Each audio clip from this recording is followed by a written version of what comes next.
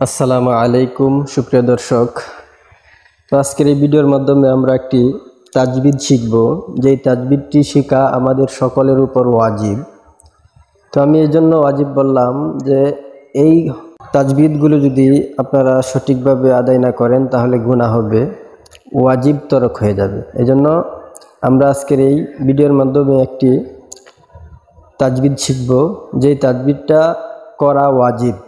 এই জন্য চলুন আমরা আজকের এই ভিডিওর মাধ্যমে কিভাবে ওয়াজিব গুনাহ করতে হয়, কিভাবে আসলে আমরা ওয়াজিব গুনাহ করব, এই নিয়মগুলো আজকের এই ভিডিওর মাধ্যমে শিখব। তো ভিডিওটি একদম ছোট হবে, ইনশাল্লাহ ভিডিওটি শেষ পর্যন্ত দেখবেন, তাহলে ইনশাল্লাহ আপনি এই তাজবিদটা ভালোভাবে বুঝতে পারবেন। তো চলুন আমরা শুরু করি। তো হরকতের বামে নুনে বা মিমে তাসদিদ হইলে গুনাহ করিয়া পড়িতে হয়, ইহাকে ওয়াজিব গুনাহ বলে। নিয়মটা আমি আবার পড়ছি, আপনারা মনোযোগ দিয়ে শুনবেন। হরকতের বামে নুনে বা মিমে তাসদিদ হইলে, অর্থাৎ হরকত কাকে বলে? হরকত হলো এক জবর এক জের এক পেশকে হরকত বলে।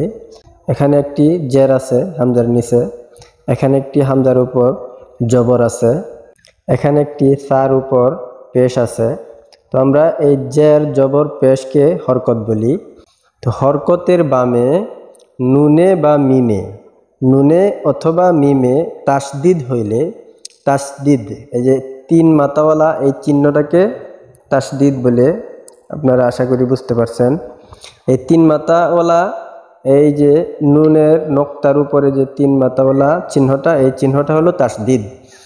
তো এই তাসদিদ হইলে নুনে বা মিমে হরকতের বামে, হরকতের বামে নুনে বা মিমে তাসদিদ হইলে গুনাহ করিয়া পড়িতে হয়, ইহাকে ওয়াজিব গুনাহ বলে। এই গুনাহটাকে ওয়াজিব গুনাহ বলে। এই গুনাহটা যদি আমরা না করি তাহলে ওয়াজিব তরক হয়ে যাবে, অর্থাৎ ওয়াজিব ছেড়ে দিলাম। এই জন্য আমাদের ওয়াজিব ছেড়ে দিলে যে গুনাহটা হয়, আমরা সেই গুনাহটাই এখানে করব যদি আমরা কোরআন তেলাওয়াতের সময় এই গুনাহটা না করি। তো এই জন্য আমাদের এই নিয়মটা জানা জরুরি। তো আমরা নিয়মটা এখান থেকে ভালোভাবে মনোযোগ দিয়ে শুনবো এবং মনে রাখবো। হরকতের বামে নুনে বা মিমে তাসদিদ হইলে গুনাহ করিয়া পড়িতে হয়, ইহাকে ওয়াজিব গুনাহ বলে। যেমন হামজা নুন জের ইন, নুন জবর না, ইন্না, এই গুনাহটা এভাবে করতে হবে।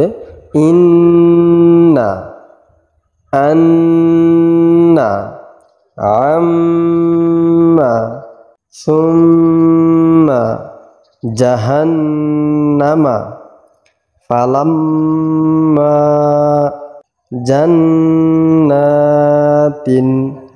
মিনাল জিন্নাতি, ওয়ান্নাসি,